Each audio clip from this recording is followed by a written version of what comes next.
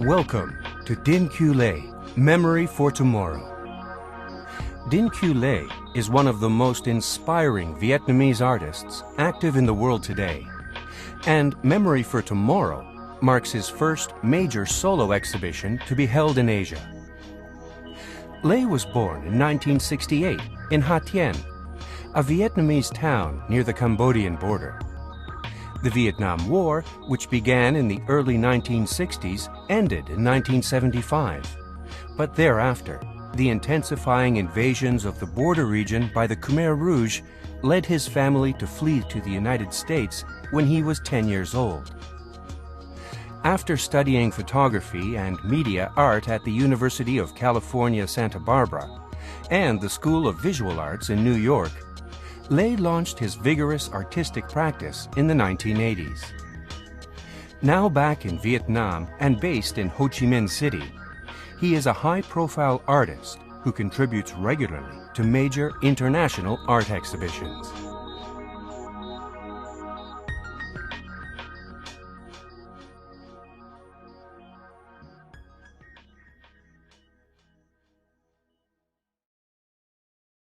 The photo weaving series was the work that catapulted Dinh Q into prominence. The works are made by cutting multiple photographs into long, thin strips, which become the warp and weft of the weavings. The faces that appear in the interstices between the magnificent ruins of Angkor Wat are images of people killed by the Khmer Rouge at political prisons. In the words of the artist, cutting up, the wall carvings of Angkor, weaving in with the victim of the Khmer Rouge, which is in our contemporary time, how the two kind of completely different time, but I sort of trying to weave them together because for me, they sort of connected. When I went to Cambodia, I was kind of looking at these amazing, wall carvings, amazing architectural temple, this wonder. And yet at the same time, the same people who create these amazing temples were capable of killing their own people, killing 2 million of their own people. And so I sort of want to making all these connections, and I think the weaving was a beautiful way of sort of weaving all this time and history together. According to Lê, the technique used in these photo weaving works was inspired by the traditional grass mat weaving technique he learned from his aunt when he was a child. Here, disparate images, including scenes from Hollywood movies, shocking news photographs, and photos found at antique shops, come to the fore simultaneously. Having left his homeland at a very young age, Lé's memories of the war seem to consist of a jumble of his own experiences and stories told by others. The photo weaving work started in my senior year, my last year at UC Santa Barbara, and I was also struggling with identity issues, and then start asking where I am in relation to all of this. As somebody who, as a kind of Vietnamese living in America, learning, it's all kind of. It seemed like my makeup of who I am is a combination of everything, of these two worlds, and so I was thinking about how do I make work that talking about this, the interweavings of identities and cultures, and how the two are kind of woven together to kind of create my place in the way, and so that's the word interweaving keep coming back. And so I thought, hey, I can actually literally try to weave these two worlds together. A massive helicopter has come into view. It was built by Tran Kok Hai, who, believe it or not, is a self-taught mechanic. He and Lê Van Yan, a farmer, think that helicopters are needed in modern-day Vietnam for use in farm and rescue work. The two men appear in the 3-channel video visible just up ahead. The video also includes footage of various people giving their opinions on helicopters, which could also be regarded as icons of the Vietnam War, along with movie and news footage. So what I interested was to sort of make a work that look at this helicopter from, through how it arrived here in Vietnam and what effect it had on Vietnam and how people today look at the helicopter. And so that's how it kind of it started. And the format I was interested in was I've been making work based on my own kind of observation and opinions, and looking all the Hollywood movies over the years that the Vietnamese they don't say anything in these films, and so I want also to provide a kind of platform for the Vietnamese to speak about their own experience rather than whether for me to speak it for them or so I want to hear them speak about it. What appear at a glance to be cute souvenir dolls, children's clothing, and pacifiers sit side by side. All of these items have as their motif conjoined twins, and in 1998 were actually displayed and sold as merchandise in a store in Ho Chi Minh City. During the Vietnam War, the U.S. military sprayed large quantities of defoliant as a countermeasure to deal with North Vietnamese soldiers hiding in the jungle. The damage to people's health and congenital abnormalities caused by the dioxin in these chemicals are still huge problems in Vietnam. Lê produced this work as part of a project designed to direct people's attention to these problems, which are not discussed openly in Vietnam. These works were produced by Lê while studying at the University of California, Santa Barbara. Showing the number of casualties of both Americans and Vietnamese based on the actual statistics and juxtaposing documentary photographs from the time and made to resemble posters, they were put up around the university campus and on city streets. Lê describes the events surrounding this work as follows. I was in my last year at UC Santa Barbara, and I decided to take this class that was very famous in the school, very popular. The class is called A Religious Approach to the Vietnam War. Well, it turned out the class wasn't about the Vietnam War, really. It was about American in Vietnam. And so at some point, I think I got really pissed off because I thought, where are the Vietnamese? Where are those stories? Because after all, it's the Vietnam War, and here the class called the Vietnam War, and it's basically about American in Vietnam and Americans' experiences. And so I've started to kind of displaying statistic of the suffer and the casualty on both sides. And then you start to see the numbers. You start to see how much it wasn't about Americans. The Americans' casualty and the American suffer was so minuscule compared to what happened to the Vietnamese that I want to kind of, for American, for a moment, to think differently to think beyond their suffering and the cost, the death that they have to pay for this war.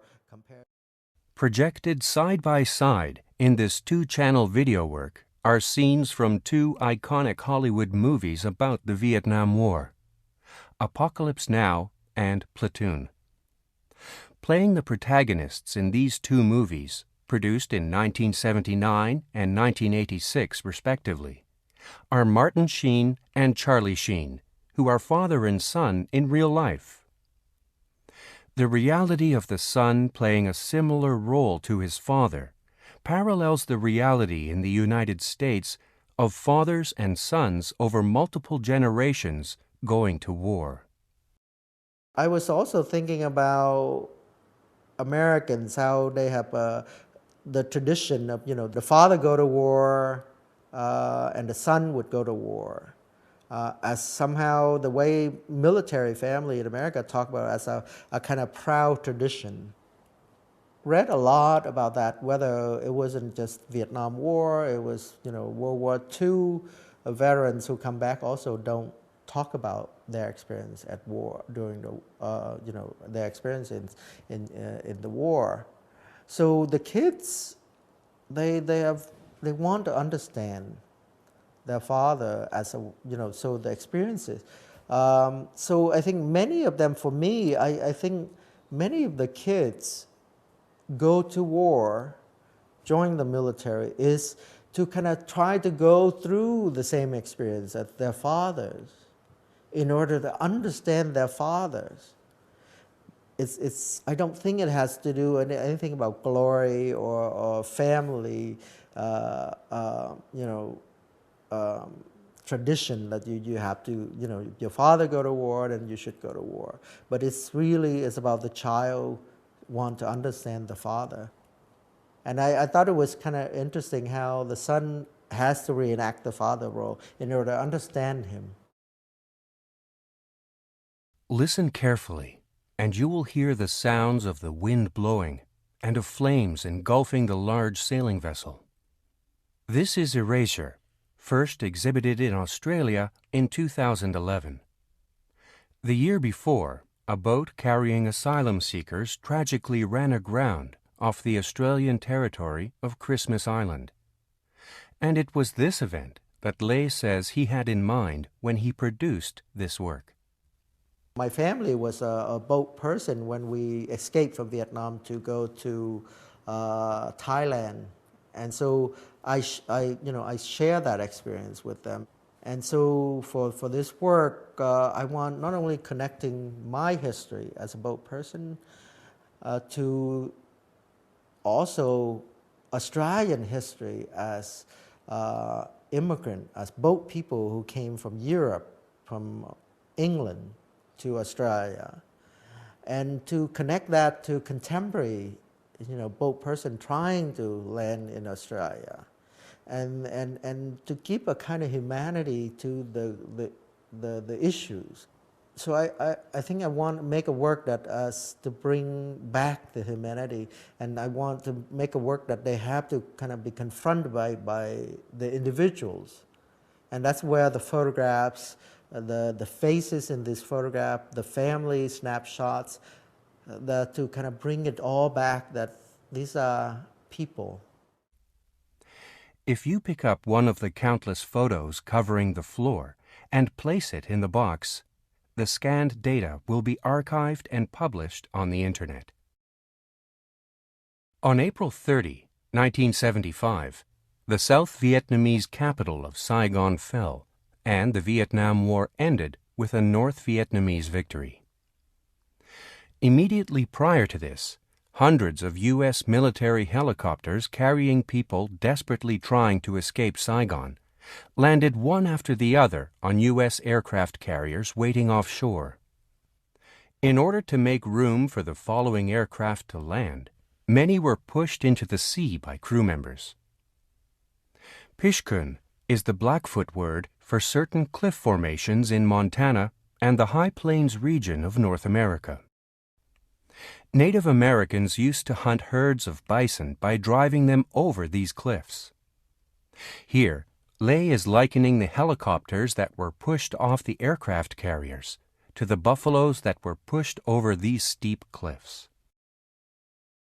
The man who appears in this video collects military uniforms and other militaria and takes part in military reenactments in his spare time. In the video, he changes into various military uniforms and, at one point, plays the role of a Vietnamese soldier crawling through the grass. He is 40 years old, and he's fascinated with history in a way. He's fascinated with kind of military uniforms and military reenactment. But at the same time, he's also a bartender. I think in a way, he's trying to understand Japan and its role during World War II, but his way of going about understanding it is through other wars. They would reenact the Vietnam War, they would reenact other wars in order somehow to get to Japan, and which is I find is really interesting. But at the same time, I also understand because on very different ways. Myself, I also took a very kind of long journey to get to Vietnam in my work. I worked with in the Venice Biennale in 2003, but Vietnam at that time, Vietnam was also trying to promote itself as a tourist destination. And so the slogan that they hired some company to come up with that Vietnam, the new destination for the millennium. That was the slogan. But over the years living in Vietnam, the tourism in Vietnam, it's always connected to the war, on one hand or another. You have the Củ Chi Tunnel, you have the DMZ tour, you have all this the Mekong Delta, Viet Cong hideout tour. Within that work, I was also interested in how the Vietnam War, it's the tourist industry here have a lot of kind of tour that deal with the Vietnam War, how the two sort of intertwine. So I decided to make kind of fun of this, make fun of this kind of tourist promotion that Vietnam is trying to do. And so so you have basically 3 traveling posters that you would see in a travel agency. The words, "Come back to Saigon. We promised we will not spit on you," are based on Lay's personal experience. An American friend told him he was impressed with the friendly attitude of the Vietnamese people, to which Lay responded, "Did you think they'd spit on you or something?" The words "My Lai" on the photograph of the beautiful beach refer to the site of the 1968 massacre of over 500 unarmed Vietnamese civilians by U.S. soldiers, which is also known as Son My. Lay said of this work, "I wanted people to associate My Lai not just with the war, but with the beach as well." Signs for motorbike repair shops consisting of arrangements of tires. Old CDs advertising prohibited pornographic videos. These and other scenes on the streets of Ho Chi Minh City give a sense of the ingenuity of the city's business-minded residents. Here, there is a peculiar beauty suggestive of abstract art.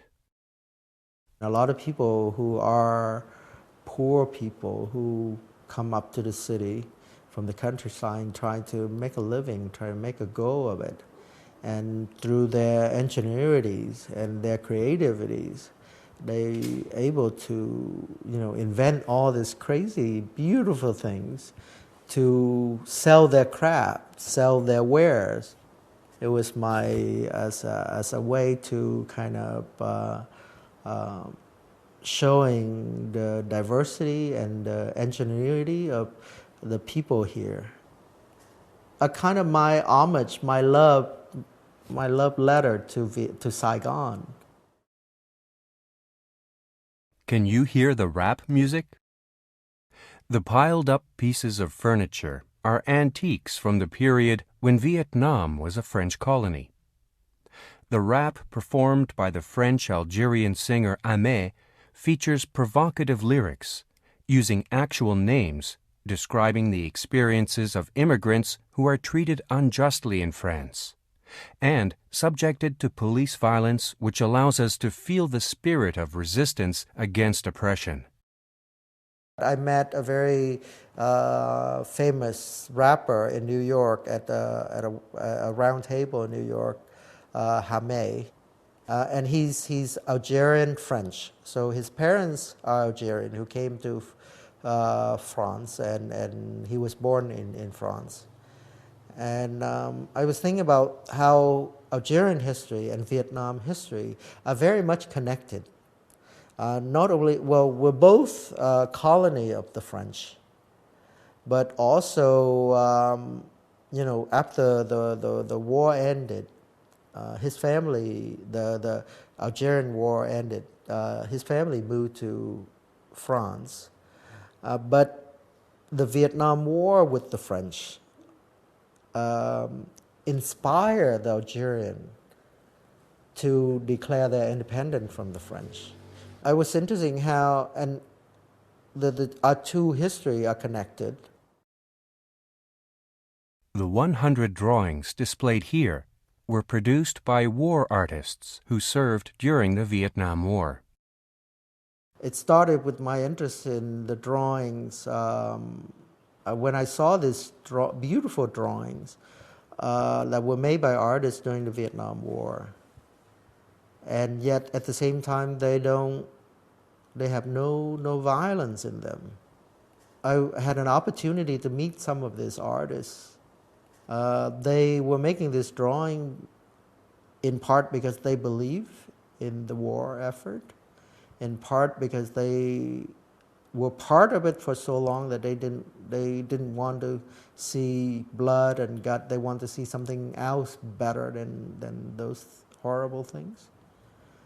And so it's a very kind of complex question around these drawings. So I want to set out and make a film and interview these people, so it helped me understand these drawings. And that's how the film started. The subject of this new work is the self-taught artist Tran Truong Tien, who was once a committed member of the Communist Party. His style is original and abstract, and bears no relation whatsoever to the socialist realism that was then the mainstream. Vision and Darkness is second, well, you can look at it as a second chapter to Light and Belief, or you can see it as a counter narrative to Light and Belief. Light and Belief are about artists who are believers in the system, in the I would say propaganda that the Vietnamese government, the communist government put forth, and in part their belief coincide with that propaganda, and they were willing to give up their individuality as artists to create artwork that served the purpose of the war. And on the other hand, Vision and Darkness focus on an individual who was part of the Communist Party. He was a member, and he was actually a ranking Communist Party member. What's really interesting about him is that through his disenchantment, this disillusion of the party during his stay in Hanoi, and kind of lost faith in the system, and his beliefs were completely shattered. He found solace, and he found an escape in art, in making paintings. 2015 marks the 40th anniversary of the end of the Vietnam War, as well as the 70th anniversary of Japan's defeat in World War II. The complicatedly tangled everyday stories of ordinary citizens that have been overshadowed by the official histories of countries and never told. Through scrupulous research, Dinh Q uncovers these stories, and while never shying away from portraying the destruction and human suffering of war, captures the brilliance of these lives that never diminishes, even in the most trying of circumstances. Don't miss the opportunity to watch video of an interview with Lê in the next gallery.